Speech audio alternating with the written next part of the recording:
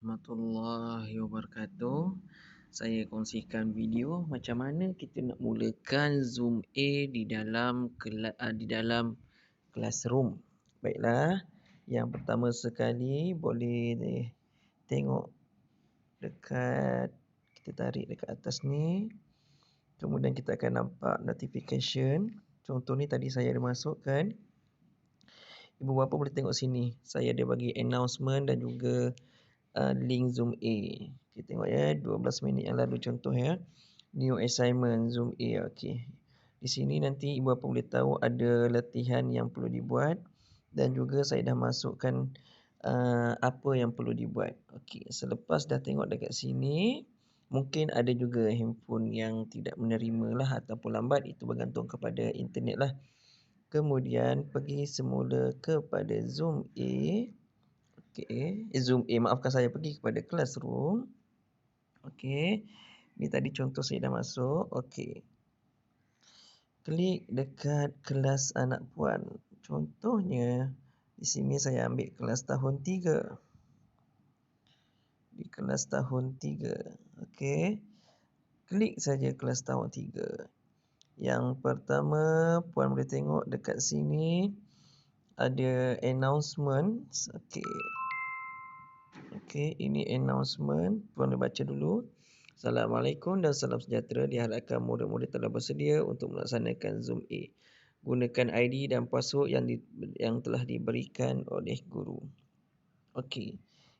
Kemudian puan boleh klik dan boleh komen. Contohnya baik ke, saya maklum ke, apa-apa sajalah, tapi komen-komen yang baik sajalah ya puan ya.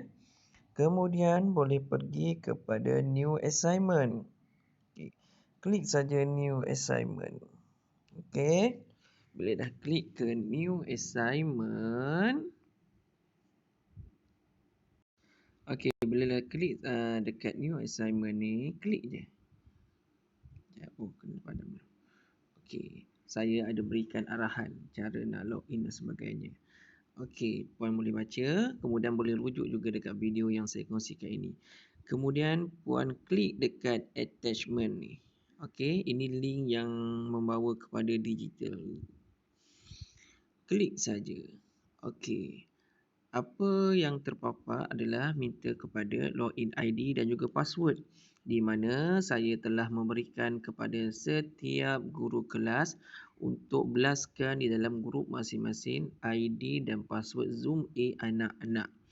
Apa yang perlu buat? Okey, saya ambil satu contoh ID SKTDJY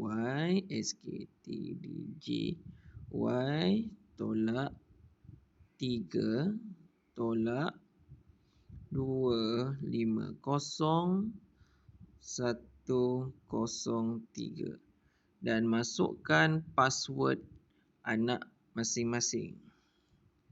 Okey, kemudian login. Okey. Setelah itu,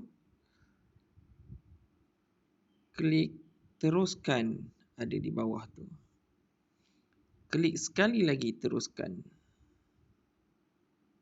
Okay. Seterusnya klik Zoom A.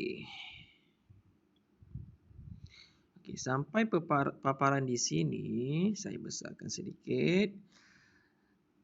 Klik pada ujian. Klik pada ujian.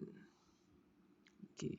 Maka dekat sini terpampanglah latihan-latihan yang telah disediakan oleh guru. Sebagai contoh, kita lihat di sini ada daripada guru Cikgu Mat Daud, Cikgu Siti Rubiah. Ada beberapa latihan yang telah disediakan.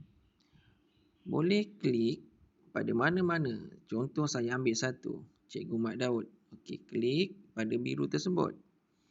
Dia akan paparkan apa yang berkaitan tajuk yang diberikan. Klik pada mulakan ujian. Okey. Klik pada mulakan ujian, kemudian boleh mula laksanakan ujian tersebut.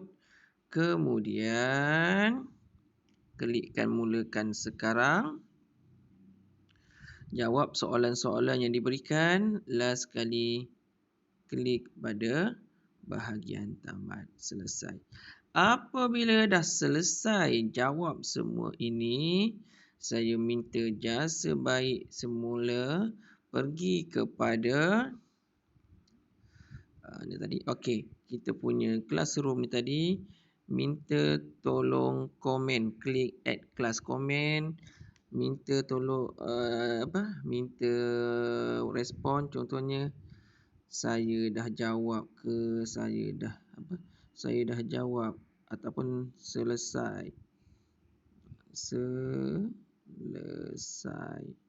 dan apa-apalah, tak kisahlah, menunjukkan dah ada yang respon untuk melaksanakan Zoom A ini. Bila boleh laksanakan? Bila-bila masa saja dan tak terikat dengan masa. Contohnya, mungkin handphone ini puan yang punya, puan gunakan pada waktu kerja, maka selepas balik pada waktu kerja pun boleh digunakan.